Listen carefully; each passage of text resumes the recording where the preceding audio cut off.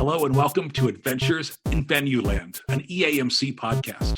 This is your all-access pass to go backstage and behind the scenes with some of the brightest minds that cross the scope of the live entertainment industry. I'm Dave Rettelberger. And I'm Paul Hooper. We'll introduce you to some of our favorite people as we dive deep into the world of live touring shows and the venues that host them.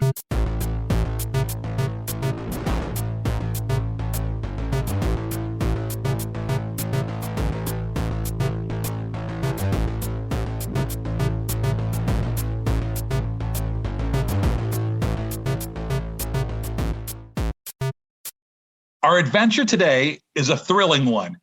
You'll see what I'm saying when we're talking with Jessi Armstrong. She's the director of marketing and fan experience with Thrill One Sports and Entertainment. Jessi, how you doing today? Good. Thank you guys for having me. Excited to be here. Now, for those who haven't heard of Thrill One Sports and Entertainment, previously Super Jacket Productions, tell us a little bit about Thrill One. Yeah, so Thrill One's kind of a parent company, all-encompassing for everything action, sports, and entertainment. So we have our Nitro Circus property that's more sport and entertainment. You guys are probably more familiar with that. Back in the day on MTV, now a touring property, amongst a ton of other things. We've got Street League Skateboarding, which is the premier skateboarding league, just really around the world, kind of the gateway to the Olympics for skating. We also have our newly launched property, Nitro Rallycross, which is kind of, taking the space of everything that is rallycross in the industry, kind of turning it on its head a little bit. And then we also got Super Jacket Productions that does ridiculousness on MTV, all that good stuff. So kind of a four-pronged parent company, if you will, that has a bunch of different stuff and really everything in action, sports, entertainment, and beyond. So a lot of stuff there, and obviously, is this something that came natural to you? Did you kind of live in this Thrill One world? It's funny because by most standards and anyone who knows me, typically not the girl getting on the back of a dirt bike, right? Like we are not, I'm not skateboarding somewhere off some ramp somewhere. Like that is so kind of far-fetched from my natural ability in terms of at least like my lifestyle, right? But in terms of like the community and being welcome into this action sports community, what this entertainment scope kind of intersected was really where like I came in, right? Having the background in going from an entertainment perspective and a little bit of traditional sports and kind of marrying, those two entities, if you will, into what this property is. Yeah, it's one of the reasons why I'm so excited to have you on today, because, you kind of a very unique position. And I think a lot of us have dealt maybe with done a Nitro Circus in the past or dipped our toes into the water a little bit. But for those, let's talk to that person right now who's totally like, I have no idea what even rallycross is. Let's go ahead and break it down a little bit because we got the time. And I think, it's again, a lot of us may find ourselves in the position of marketing one of these events. So let's start there. What's rallycross?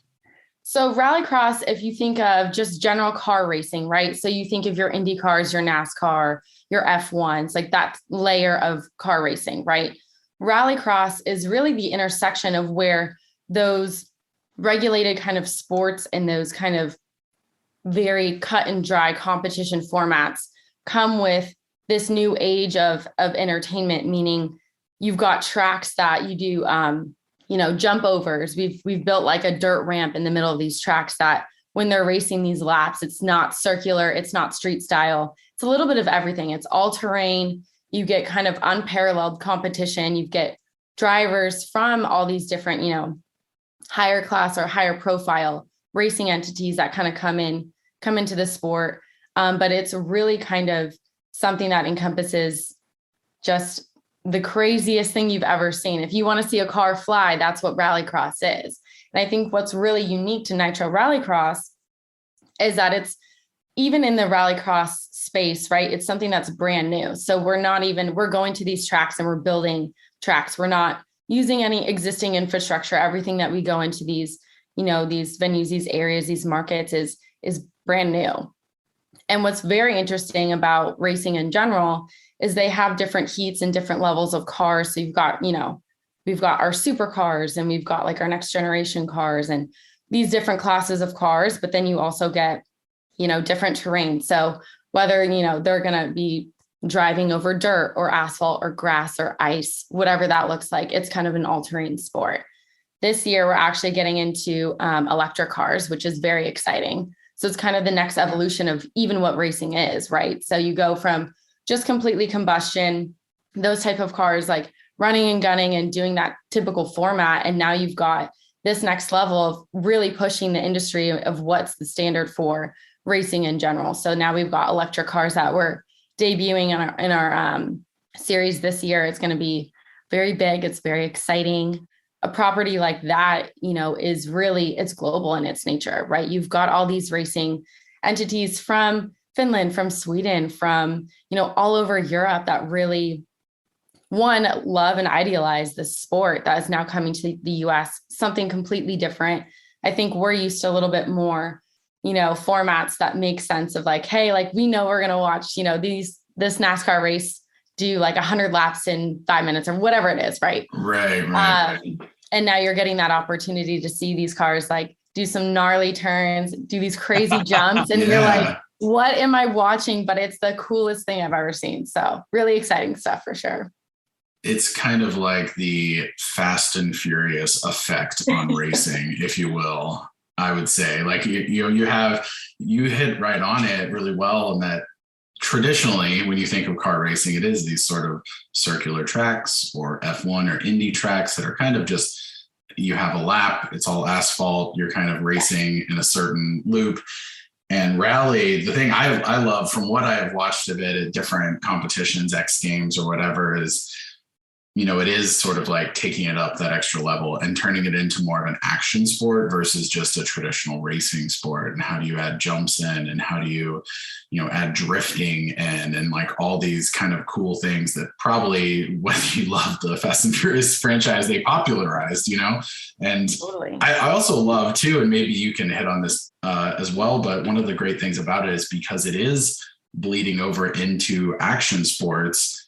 It seems like there's all these people that may have been previous action sports athletes that were doing other sports that have now like dipped their toe in a rally. Like I know Travis Pastrana did it, right? And a number of other people. So it's kind of like allowing them to, whether they're stepping away from other sports they've been in, or they're trying to explore other ones. It's kind of this almost gateway drug into racing, if you will, and probably from the other side too, is if it's, for instance, like a NASCAR driver is kind of wondering, I'd like to do something with a little more, excitement, or like add some jumps in. What does that even look like? They might not be able to get on a dirt bike and go off a ramp, but they're like, I know driving, so maybe I can, I love that crossover there. Yeah, I mean, it's so cool, right? They've got a crossover and then you got a Joker lap, and they're all kind of intermingled. So at one point, we've got this like phenomenal photo where you have cars driving underneath and cars jumping over. And it's like just the epitome of like what insane racing is. Although it's like so action and so different, and I feel like so out there, it's also super technical. Just listening to how the drivers actually communicate, okay, like, well, if you hit this jump at this speed, you have to go like this far, or else you're going to like hit the back, or you're going to have problems with your car, whatever it is.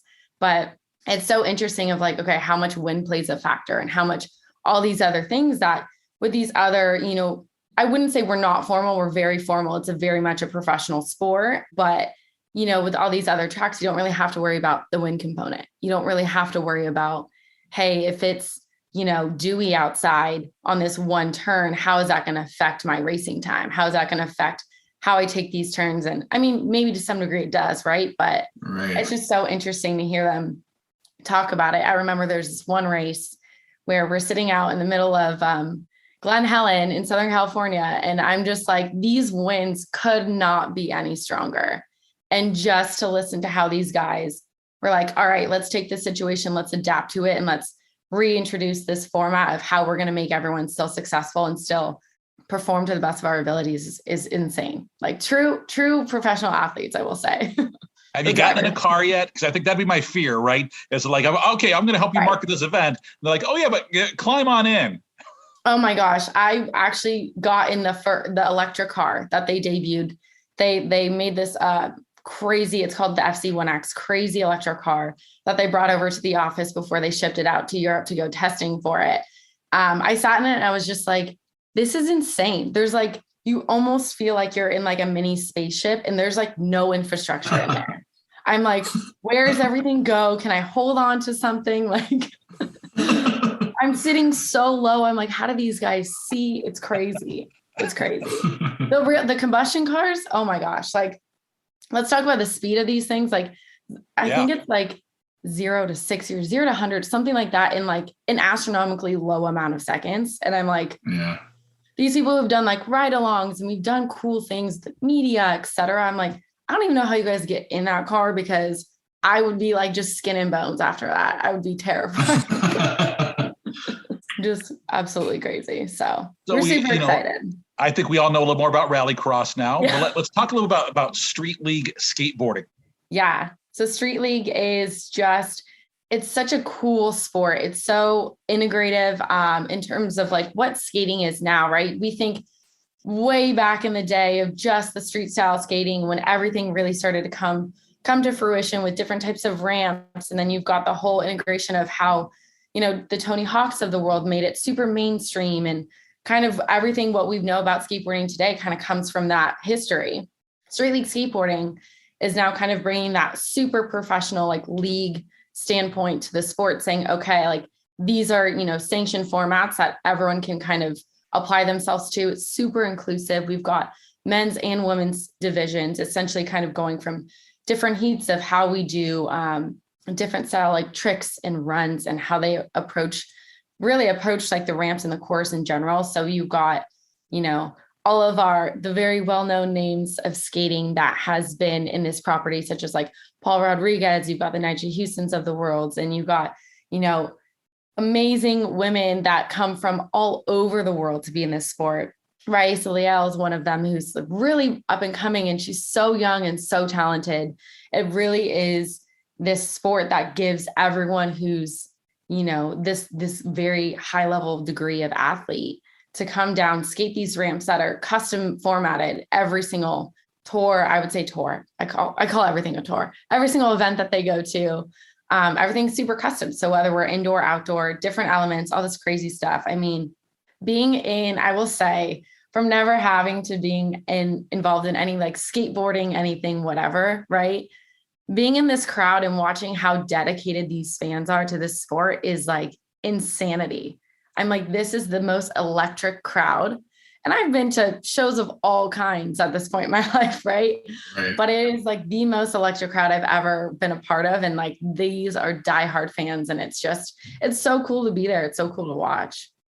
Well, you mentioned that it's kind of become this feeder into the Olympics, because now we have skateboarding street in the Olympics as a sport. And so I think that just, I don't want to say legitimizes the sport, but it sort of elevates it to another level. And I think that's important for it to all grow. I actually just watched the Tony Hawk documentary a couple of weeks ago, which was really fascinating. And part of it's explaining sort of the growth of skateboarding, the evolution, and how it always does this sort of rise and fall of popularity, but how in more recent years, it's sort of stabilizing and more of like a continual growth. And some of that stuff has to do with these tours that are touring around and it being in the Olympics, because it's becoming sort of more, more of like a recognizable thing to your average family, your average person that sees this just as any other sport, like any other thing. So I think it's kind of cool how you all are bridging that gap a little bit between the Olympics and making sure that the sport stays relevant. Totally. And it's very distinct departure from what I think everyone used to categorize skateboarding as, right? Is like this more like wild child, taboo type lifestyle. And now you're bringing it into this professional environment and saying, hey, we're kick ass, we're doing cool things. And like, now we're in the Olympics, right? And we have even some of the gold medalists from the skateboarding Olympics in our events, right? It's just like that next level of what this sport is. And honestly, what it has so much potential to continue to be going forward. So skateboarding, you never knew it, but hey, it's cool. Okay, now, a lot of us do know a little bit about Nitro Circus, but a little bit of knowledge is a dangerous thing. So talk to us about Nitro Circus and kind of what it is and kind of where it's at in 2022. Yes. So Nitro Circus was kind of, a little bit more of my baby, right? The entry point into this action sports world is where I started with Nitro Circus. So Nitro Circus is full scope action sports entertainment, everything you can think of from one, the acts that are in it, right? Meaning like all these different athletes. We've got freestyle motocross, we've got BMX, we've got skate, scooter, and my personal favorite is contraptions. So basically the scope of our show is depending on, the venue, kind of where we tour this property around the world. We've got different scale of ramps that these various athletes hit throughout the show, right? So we've got this like FMX setup. We've got we call it our Gigana ramp. So that's about 5 stories high. It's like 60 feet or something crazy. Don't quote me on that, but I swear to God, it's at least 60 feet. And it is like the most insane thing. And they put on the most amazing show. It's basically, so you've got all this encompassing really high level professional action sports athletes in these different disciplines that are kind of putting on a full scope show that you've got, a full LEP, you've got a full production, you've got these fun music elements, these fun fan integration moments that really just showcases the best of what action sports is, right? You've seen in the action sports space, different verticals of like, okay, what FMX is, or let's go to this BMX competition, or let's see skate, or let's see whatever. And with Nitro Circus, you get everything in one. With that, contraptions, let's talk about that for a second, because it's so funny. So these guys will build the craziest contraptions that they send down these ramps that are like, again, like 5 stories high. Like I've scaled up the side of these ramps, and it's like, first off, I'm afraid of heights, so that's terrible. Have you slid down the ramp, Jessi? Have you just like no, because I'm terrified. I'm terrified. Oh gosh. Like the most easy integration, they're like, all right, like everyone at one point in your career at Nitro, like you've got to just get a rug and go down the ramp. Like you just have to do it. I will try one of these days. I've just gone to the top and like held on for dear life, because I'm like, the steps to get up the ramp are so small and they're not wide steps. So it's like, you almost feel like you're tiptoeing up there. And then the platform before you drop in is like tiny. And I'm like, how do these guys carry up BMX bikes and contraptions up here? Like, I don't even understand how the space fits and like how you're not falling over 24/7. But they build these, like, we've jumped all types of things. Like we've jumped like trash cans and whiskey barrels and mini VW buses and jet skis and snowboard. I mean, literally anything you can think of that will put wheels on, these guys will send it down a ramp. It's crazy. So the show itself is so electric. We've really updated the performance of it every single year, every single time we tour. It's a little bit of a twist on what probably you guys have known from the MTV, from the show, bringing all that craziness, camaraderie mixed in with professional action sports athletes. And it's just outrageous. They've been touring for, I think, about a little over 10 years now, probably closer to 15, just around the world. So we have a really big presence globally as well. So like Australia is huge, huge, huge for this property. Same with New Zealand. We've toured Europe, of course, all across North America. It's crazy. I mean, tour legs of at least 20 stops this year, probably going to be more than that, really just adapting to every different type of environment and culture and countries and all that good stuff. So it's really come full circle. And the good thing about Nitro Circus as well is we've got this strong touring entity, but it's also, we've got our crazy media team that pushes out crazy content. We do TV shows, we do specials, all of that good stuff. And then we're also putting more properties under the fold of what Nitro Circus is. So Nitro Circus as an action sport entertainment property, but also bringing in, we've got this specialty event called Nitro World Games. That's going to be in Brisbane in Australia this year. And with that, it's actually more comparable to what you guys would know as an X Games, right? You've got all these different disciplines, all different action sports athletes at these higher level competition style stakes event, right? So every athlete from all over the world gets invited to this event, and it's a little bit more competition style versus Nitro Circus is a little bit more entertainment. Yeah. So it's an insane property. Is it mostly arenas or stadiums, or is it really just a mix of all different size buildings that it tours around to? It's a mix. So we've in our past, we've done a lot of arena tours. I'm sure some of you guys, even some of you guys listening, have had us at your buildings. Right now we're doing stadium tours. So we're doing a lot of minor league baseball stadiums right now. Okay.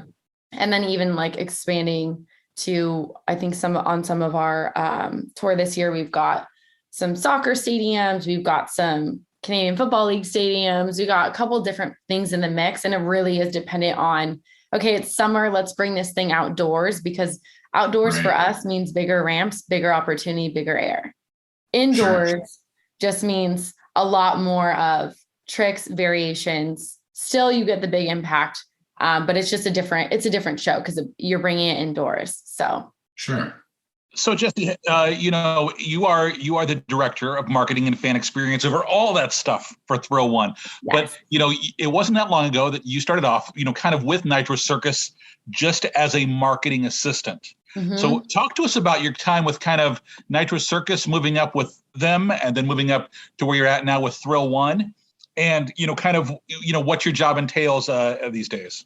Yeah. So got super lucky. I mean, well, I would say first shout out to you guys. I had my internship at EAMC. I think it was in 2016. Nashville, right? In Nashville. Yes, it was the best time ever. So kudos to you guys for kind of helping, bridge that gap for me there. But yeah, I mean, starting off with Nitro Circus and what seems like, gosh, you guys, I mean, 2018, not that far ago, or not that long ago, I should say. But in Nitro years, I promise you that is about 20 years of experience. Nitro years, I like that. Yeah, yes. Nitro years ages you beyond. I can't even comprehend. So yeah, starting off as marketing assistant, I was such a sponge, right? Just kind of understanding what the landscape of action sports is, right? Being welcomed into the community, and also like being in a that was like my second job at the time, but really being in this professional environment where you're having to deal with all these different personalities and different types of people. And I was like, which is so anti my personality, but so quiet. So just like, absorbing everything, trying to learn as much as I could. And I remember even after my first year, I was there, still marketing assistant and making my way to coordinator. And I remember one of my coworkers goes, "Oh, wow, you do talk." And I was like, "Of course I do. What do you mean?" Like if you only knew me outside of work. I know. I was like, clearly that is not my personality, but here we go. So that kind of launched me to be like, oh, wait, like maybe I'm being a little bit more timid and not kind of, being my like natural, just very out there self. Right. So that was interesting. I think I learned so much after that, moving into coordinator and then kind of into the more manager roles over time. I got a really unique opportunity to kind of really grow fast. We were moving, we had a lot of internal transitions between my time at Nitro Circus. So I had ability to, I was reporting directly to the head of marketing instead of doing, as a coordinator, instead of doing, okay, you go to a manager and then a director, et cetera, et cetera. So I got the ability to kind of grow into these roles because we were changing so much as a company. And so over time, I'm like picking up these skills and I'm like, wait a minute, I'm doing this job and this job and this job. And so over time, once, Nitro Circus got underneath the Thrill One umbrella, then I was like, whoa, I've been managing all these tours for Nitro Circus globally already. I've been in Australia and New Zealand and Europe and North America. And now I get to not only keep doing that, but adding a layer into what is Street League and now what is Nitro Rallycross and expanding those properties. So it just became craziness, adding in 2 more brands into the fold and kind of still doing all the tour marketing just for Nitro Circus, moving forward. So within that time, we really got great leadership in the building, I say in the building, but you guys know what I mean. Not my particular building, but in the building, air quotes, the metaphorical right? building. Yes. We got great leadership that kind of really directed, the ship of what this whole business was. And for me, that meant taking on more responsibility. That meant it's not just marketing. Like, let's throw in ticketing there and see how you do. Let's throw in, doing a lot more. I mean, even during COVID, I did this like small BMX demo tour with Walmart and Red Bull and created our own mini footprint touring entity that, you know, was from nothing when no one was really doing anything. So that was like the first like mini action sports tour that was out ever. I mean, I say ever, but whatever. For COVID, anything goes, I guess. At that time, yes, right. Yeah. Yes. Yeah. And now it's kind of like, okay, I'm still overseeing all these different properties in all these different countries. We've got a Nitro Circus has probably, I mean, we'll end up having at least 40 plus stops this year. Street League has 4 signature events. Rallycross has about 10. And then we've got our specialty properties. So I oversee all the marketing for that. And now exclusively adding into the VIP and premium to my plate as well. So I'm building out all new VIP opportunities and experiences for all of these different properties that we've really haven't had before. Or if we've had it, taking it to the next level of what premium experiences mean to one, our fans, but how we even market this show. What's the desire outside of just, you know, the offering that is the product, right? So adding in that type of stuff, there's a ton of layers to this job that I hold here. Jessi, I'm worn out just for you. I now I'm understand what a Nitro year, Yes, Nitro year is. Hey, take us back to you know, the little mini tour that you put together, because I think, you know, over that time, the pandemic dark ages, if you will, you know, we're all trying to figure out how to do things. Walk us through kind of what happened to you at that time, and then kind of the genesis of this tour and how you kind of got it out there and rolling. totally. So obviously, like everyone else, we kind of experienced that dip in, wow, like we don't have events anymore. Like what does this next phase of the business look like? Where are we going to grow? How are we going to come back from this? So for us, it was internalizing, okay, well, we're really good with media and content. Like, let's lead with that footprint. Second to that, how else can we still involve our athletes? How can we still, because right on our roster, then we have X amount of athletes who are now out of work because we're not on tour. So we're like, okay, like how else do we incorporate athletes in our kind of partnerships and keeping all those good things kind of circulating and still having a same synergy over this COVID period. So we came up with our BMX first year was our drive-in style tour. So it was very COVID safe, COVID friendly. But what we did is we took our smaller portable ramp from what I would like to call like our stunt division team, brought that out in partnership with Walmart and Red Bull, and put on this drive-in event where, you know, we regulated it and we still had a form of ticketing. It was a free event, but we worked it out to where we can have exposure for all of these different brands and still give people a reason to come out to the show and see something that, you know, otherwise you're just sitting in your home. So we were lucky enough to go across, I would say mostly the Midwest, that first COVID year doing these different drive-ins. We probably did about 20 different stops, did about 2 shows a day for, you know, a couple different weekends, and really kind of just brought action sports back to the community. And I think that's really what we repositioned ourselves with. Okay, like we've got these big action sports entertainment properties. How else are we integrating back with our everyday community that like isn't going to have a chance and maybe might not have a chance for years to come to experience something like this? How can we, you know, at least go back to our roots a little bit? So we started off with a demo drive-in, and then it went kind of really far from there. So then year number 2, it was no longer a drive-in. It was like, hey, get as close as you can to the edge of this bike rack and watch what's happening. I think it was something that's really empowered the guys and the team, and was really good energy for us to kind of bring this small ramp on the hitch to the back of this truck, moving it around all across the US just to go bring, you know, action sports back to people who really want to see it at the end of the day. So it was really special for us. It was challenging, you know, to have this mini production of everything. I was like, I'm handling all the logistics and the operations and the marketing and the this and the that. And it's really was awesome because I was able to get my hands fully around what a mini tour would be and really execute that. And now our team does a fantastic job bringing that to different sponsors and to different people alike and kind of activating that on the behalf of our company. But yeah, it was really cool. And also I've seen parts of this great nation you never thought I would see. What kind of places were you all playing? Was it parking lots? Was it Walmart's? I know you mentioned Yeah. Walmart was involved. So it was in Walmart parking lots. So Wow. yeah, so we brought it all to all these different parking lots. And oh my gosh, you guys, I drove from like Oklahoma to Arkansas to, I mean, I just two You got to lane see the roads. country. Yes, I have seen this beautiful countryside. Never thought I would make my way all across Oklahoma, all the way down to Arkansas. Like it was just so funny. So how much traveling do you do these days? And you know, I know, sorry, you heard you mention, you know, New Zealand, Australia. Are you mostly based in California, or are you doing a lot of traveling with the tour? It's a little bit of a mix. So we've got some great full-time employees that work across the globe.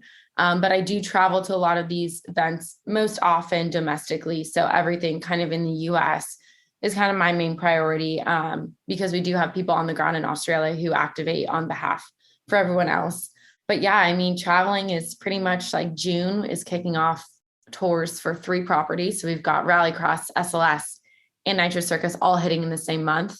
So I will be a very busy girl going across the country for those stops, and maybe even internationally. We've got Rallycross is starting in the UK this year in June. So pretty much globally, but US. So I'll probably at least be traveling like, you know, at least 1 weekend a month at minimum for the rest of the year. So it's a pretty packed schedule. So yes, bringing all the way back to 1 year at Nitro and Thrill One is about like 4 years somewhere else. So It's kind of cool though. You probably see a lot of different countries. I mean, what's that like outside of work? Has it been pretty unique experience or, you know, even different states? You know, you totally. Growing up in California, you probably are mostly exposed to that state. And so, Yes. you know, what's that been like kind of just traveling the world outside of work? I mean, it's been honestly pretty cool. I will say like the one good thing is that, you know, because we're such a small company and we do all these crazy large events, like everyone gets pretty close. It's like a family on the road. So we work extremely hard, but everyone likes to party even harder. So there is a fantastic balance from that degree. And I will say the one thing I always try to do wherever I go is I'm a total crazy girl and I love to pre-plan like the best food places to go. I'm talking like I want 5 stacks of pancakes with all the berries and the everything on it. I want the picture. I want the good taco from like, I don't even know, Southern Texas, whatever you got for me, I've got it. So yeah, it's been super fun and very exciting. So Jessi, you know, you talked about, you know, obviously quite a lot of experiences there. And one of the things, you know, that, you know, it sounds like, you know, obviously a great experience there with Nitro, but it was some work to get there. And I just going to run through this real quick. You know, you mentioned obviously your time as an intern for EAMC, but you know, you were a promotions intern with a baseball club, and you did a promotions internship with IAVM, and you all Polestar. You were a conference volunteer, and you know, even we're in a big chunk of time as you know a lead sports marketing intern with the Cal Poly athletics department. So a lot of time, a lot of internships, a lot of experience. So what do you think you took away from all that kind of helped you, you know, to where you are today? Totally. Yeah. So I think with that, I think it's so important to try different things and to get out there and have all these different experiences. For me, I was so hungry while I was in college. I'm like, okay, I'm getting my degree, but how else can I end up, you know, in the sports world? Where can I kind of find what makes the most sense for me? And funny enough, like I ended up, even though I was an intern, I was running this entire department by myself while I was in college for athletics, running these games, managing all these other interns and these people. And then I kind of was like, okay, well, I'm good at this. Like, let's now dip my toes a little bit more into the entertainment industry. And that's where, you know, you guys come in EMC and going to IAVM and doing things like that and doing the Pulsars and kind of experiencing, okay, I like the sports, I like entertainment. How does that all kind of come together? And I will say I am a nose to the grind type of gal. I work very, very hard to have all these different moments of experience because I very much appreciate the continuously learning pattern of really everything. So for me, I'm like, okay, great. I get to learn about this and this. I even did for a little bit. I did like field marketing for a water bottle company in LA. And I was like, okay, well, this isn't sports or entertainment, but it's active lifestyle. I did a lot of like, I would say like health and fitness type related elements when I worked with them. And I was like, not sure that makes sense for me. So then after kind of pivoting that, and you very quickly learn right after you have all these elements of experience that you dip your toes in that, okay, I can go here for a little bit, but it's not doing the job for me. So very quickly after that, once I got into the nitro space, it was honestly just a really match made in heaven for me, being involved in both of these worlds. And I think, really going through these different experiences and meeting you guys and all these different people in the industry, which is so important to my job. It's not only do I do all this marketing and this crazy stuff, but I also heavily depend on all these relationships I have with the venues and with everyone else in this space. And it's like, that is kind of my bread and butter. I love chatting with people. I will probably talk to you all day if I could, just because I have a problem not stop talking. I have no problem inserting myself in a conversation and saying, hey guys, I'm here, let's chat. So I think all of those things kind of really, mold you into kind of what this industry is now, right? Like, so for me, it's been super nice to be able to work with all different types of people and in different types of environments, and really like challenge me to kind of find, my voice, my power, what I like, what I don't like, and saying, hey, here's my opinion. Let's talk about it. Well, you talk about your voice and your power, and it obviously, you've got a lot of confidence. And I love that you talked about how, at first you were kind of, quiet there on the job. But Yeah. Are there any challenges that come along with being a younger woman in the action sports world? Yes, that is probably one of the biggest things I get feedback on constantly is, how old are you again? Oh, my kids are older than you. And like, I'm like, listen, folks, I understand. It's kind of jarring to have someone that's young in this. Also, action sports is a male dominated industry. Then you're not only that, but you're the promoter coming into these different areas where they're like, where, you have people that are like, hey, I've been at this building for 20 years. Like, I know what I'm talking about. Of course you do.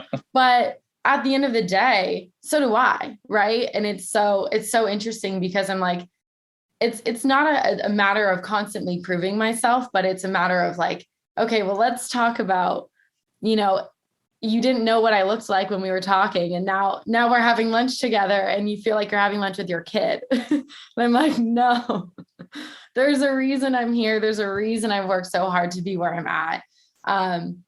So I would say for me, like, that's kind of like the main challenge outside of really just breaking, I would say, even the boundaries of what marketing and action sports is in general. But yeah, for me, like, that's something that I've kind of worked hard to kind of at least combat a little bit and be like, sure. I understand it's jarring. It's not usual to see someone like me coming up to you with these big ideas, these big strategies, these big, implementations of how we're going to execute things. But at the end of the day, it's me that's getting the job done, and it's to my own horn. It's done well. So I don't know. I would just say that, like, for anyone that's maybe younger listening to this, to like just keep doing your thing, trust in yourself. And that's like one of the biggest takeaways I've got is like, of course, but of course you're looked at a certain way, but at the end of the day, like, what you bring to the table, what your own value is. And if you trust yourself and keep, educating everyone on one, your experience, but also like to the knowledge that you've got, like there's no losing. So it's been interesting, but That's great. Navigate it. Yeah. And I also wanted to ask you about, the challenges of marketing globally versus domestically. Yeah. I mean, it's a huge difference. It's adapting to culture, adapting to how even like I still have to buy media in Australia. And what does that look like? How do I understand what's going on in the market? How do I know the right type of mediums? Okay, well, Australia isn't as far along in terms of like the marketing mix that the US is. So for them, things like print is still pretty active. Like they're not really yet shifting that landscape of, how we've gone super digital with all the marketing stuff in the US. So it's one, learning of where this country is at, what they're comfortable with, and then also how they react to the pandemic is completely different to how the US reacts to the pandemic. So, okay, now we've got that extra layer of caution, of government regulations, of all these different things, of learning how to pivot and to implement different things from different angles that I would never activate in the US. So I think for me, learning those different markets really started when I was like in my marketing assistant days, where I was activating like grassroots level promotions and finding these partnerships across Australia. I did that pretty exclusively for a long time. And so it allowed me to at least understand these different types of people, how they live their lifestyle, what they gravitate towards, how they speak to one another is just different, right? So I think really navigating, and God bless, like I have great colleagues and partners in different parts of the world that I'm like, thank God for you guys, because if I didn't even have someone to be like, what does this mean over there? Like I would be lost, right? Yeah. I mean, some tour marketing people are, they're so reliant justifiably on local markets and thinking, oh man, there's a big difference between Wisconsin and Illinois and Indiana. But, talk about Illinois and Sydney, like that's a very big leap, and I'm sure you're extremely reliant on those local people because like you said, it's not like a state to state or city to city. It's just totally different country. Yeah. So, I mean, I think that's like one of the beauty of the things is I've been able to take, the bull by the horns and really create these custom marketing campaigns for all these different places. But at the end of the day, I get on the phone with the venue and I'm like, hey guys, like you guys are the experts. Here's my plan. Here's how I want to activate everything in your market. Here's what I'm going to do, X, Y, and Z. What do you guys think? Tell me what I should change. Tell me how I can adapt for you guys. Tell me at the end of the day, how our content, how we're going to market and how the creative comes through. Does that even make sense for you guys? What can I do to change things to make your jobs easier, but make you guys even more excited to represent us, coming in and really taking, like, we're not just any tour. We're a tour that we want to appeal to, the local audience. We want to make sure that you guys feel like you have a stake in this. And this is not just another tour coming through your building, through your stadium. So it's been very interesting because I learn way, way too much, but in a good way, right? Like so many different people have so many different feedback. And I'm like, all right, what's your top 10 like slang words that you guys use? How can I use that in my marketing? It's very different, but it's very cool. It's a lot to stay on top of.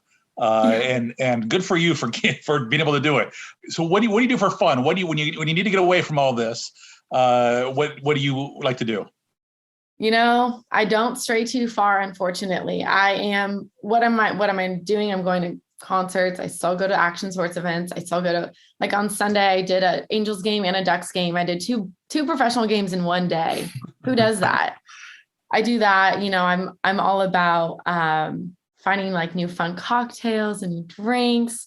Take me on a walk. Talk about let's pause there. Talk about something that you did during quarantine, only because I heard about this from your roommate, where you guys did a bar hop at home. Is that right? Yeah. Let's take pandemic to the next level. Yeah. So we did we're like, okay, how can we entertain ourselves? Me and my roommate, how can we entertain ourselves through the pandemic? So one weekend we're like, you know what? We are making a custom bar hop in our home. So every single room, whether it was the living room, the patio, the bedroom, the bathroom, the kitchen, like let's go as far with this as we can, was a different theme. And we had different signage and it was a full thing, a different theme, a different cocktail, and a different like appetizer. And we absolutely had, and different music.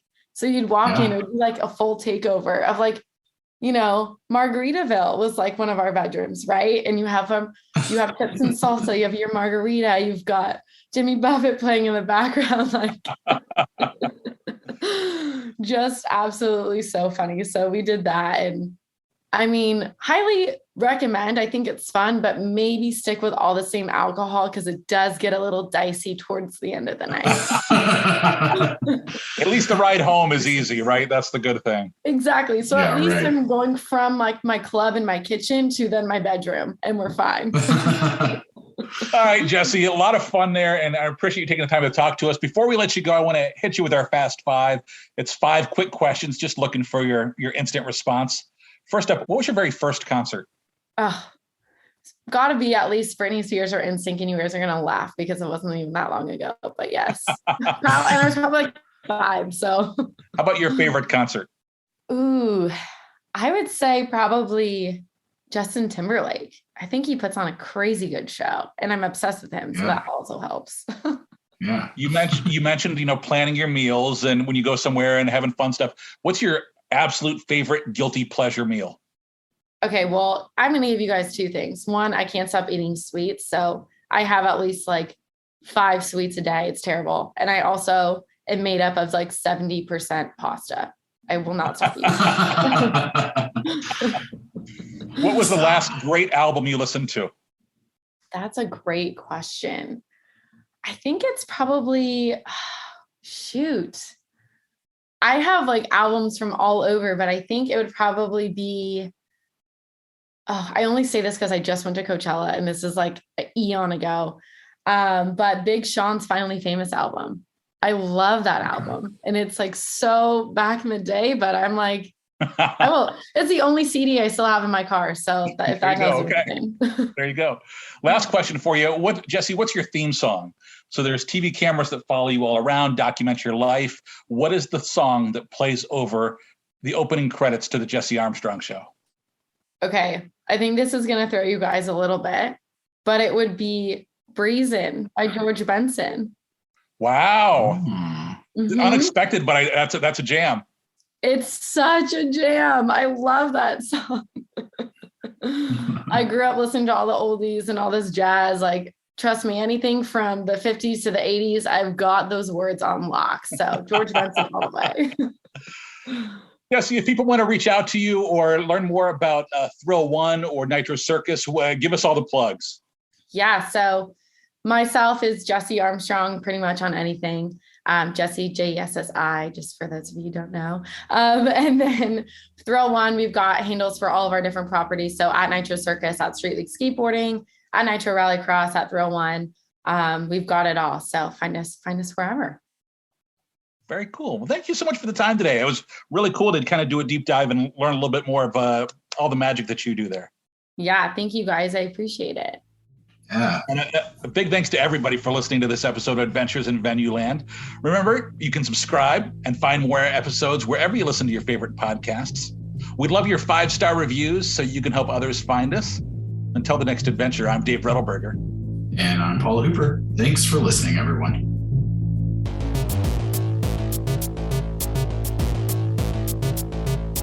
Adventures in Venueland is a side project of the Event and Arena Marketing Conference, a nonprofit organization bringing together people in the field of live entertainment to discuss marketing, publicity, and sales trends.